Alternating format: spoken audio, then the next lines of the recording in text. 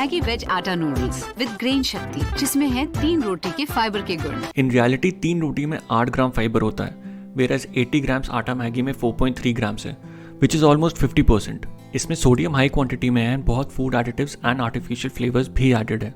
Food processing की वजह से सो कॉल्ड हेल्दी मैगी में low amount of nutrients, vitamins and minerals होते हैं। No doubt it is a tasty junk food, but problem इसको healthy बोलने में है।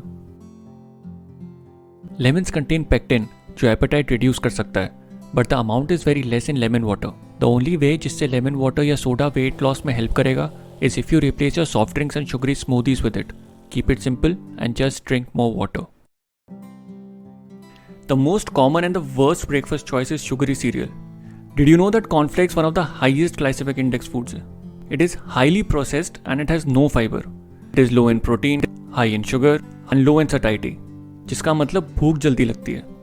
एक चीज़ अच्छी है and that is its marketing and branding, just like soft drinks, जिससे consumers को बस feel होता है कि हेल्दी है, but it has zero nutritional value.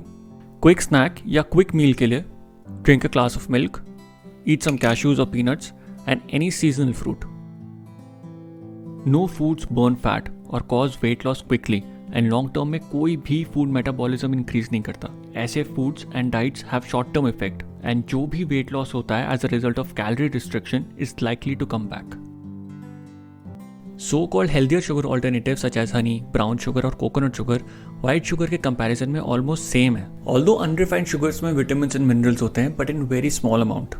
सारे type of sugars blood sugar raise करते हैं, increases your calorie count and are considered as added sugar and sugar के रिकमेंडेड डेली लिमिट में कंट्रीब्यूट करते हैं। कुछ ऑल्टरनेटिव स्लाइटली बेटर हैं but remember to use them in moderation.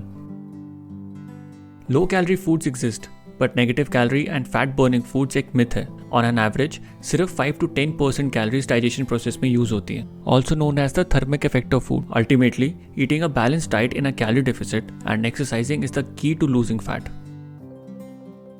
Protein shakes are really bad. It takes 3 years to digest one scoop of protein shake, by the way. Whey is derived from the cheese making process. It is a fast acting protein and its absorption rate is around 10 grams per hour. So 20 grams whey को absorb करने के लिए 2 hours लगेंगे and not 2 or 3 years. अगर diet से protein requirement complete नहीं हो रहा है, so you can safely use it as a supplement. There are no studies that show that it is harmful.